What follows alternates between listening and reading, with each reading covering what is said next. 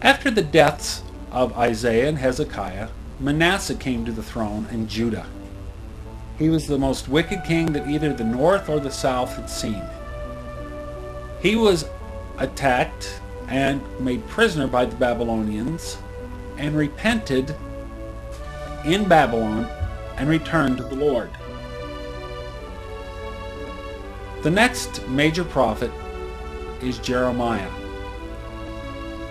He came to preach the word of the Lord during the reign of Josiah and following the kings up to the fall of Jerusalem.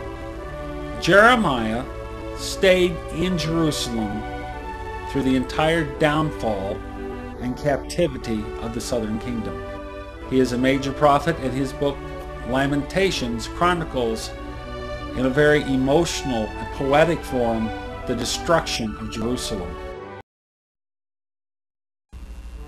The second major prophet, as we think of as a major prophet during this time period of the fall of Jerusalem and the destruction of Judah, is Ezekiel. Ezekiel was married. It talks about his wife. He was led into captivity the second time Nebuchadnezzar came up against Jerusalem. And he was part of either nobility or semi-nobility. His position as a priest could mean that he was with the people in the temple, or it could have meant that he was a teaching Levite out in the fields with what we would think of as a common laborer. His status is somewhat unclear along those lines. We do know that he went with the majority of the children of Israel into captivity the second time Nebuchadnezzar came against Jerusalem.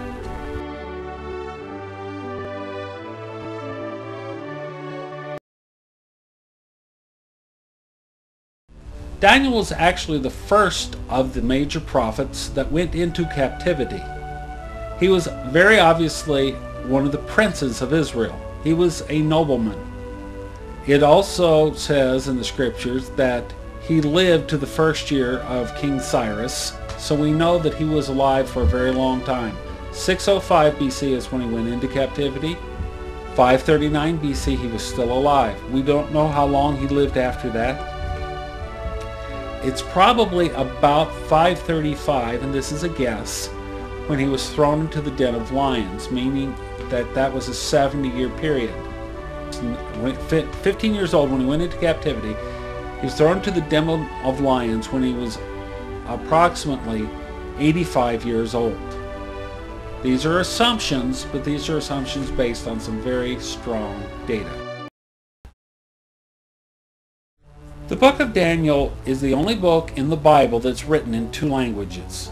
Many books of the Bible have individual words or phrases from another language, usually Aramaic, but the book of Daniel begins in Hebrew, changes over from Hebrew to Aramaic, and stays in Aramaic through chapter 7.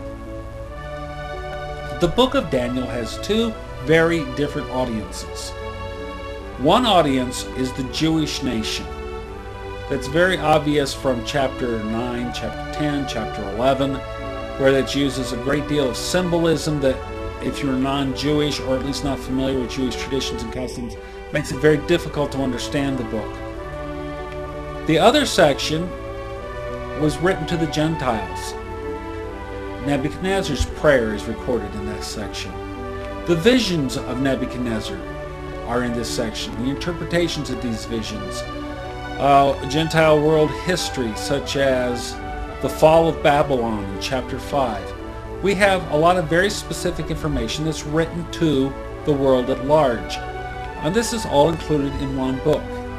This causes many people, particularly with the accuracy of the prophecies, to either say the book of Daniel was written much later and is completely untrue, or even though it was written earlier, it was what they call redacted at a later date to add a lot of these details into it. They cannot imagine that one person could write with such drastically different points of view. As far as our studies in the book of Daniel, the next major issue is everywhere. Daniel's prophecies are so accurate and so detailed that secular humanists with an anti-supernatural bias who believe that there is no such thing as prophetic revelation demand a late date for Daniel. These aren't prophecies according to them. These so-called prophecies, that's what they say, had to be written after the facts.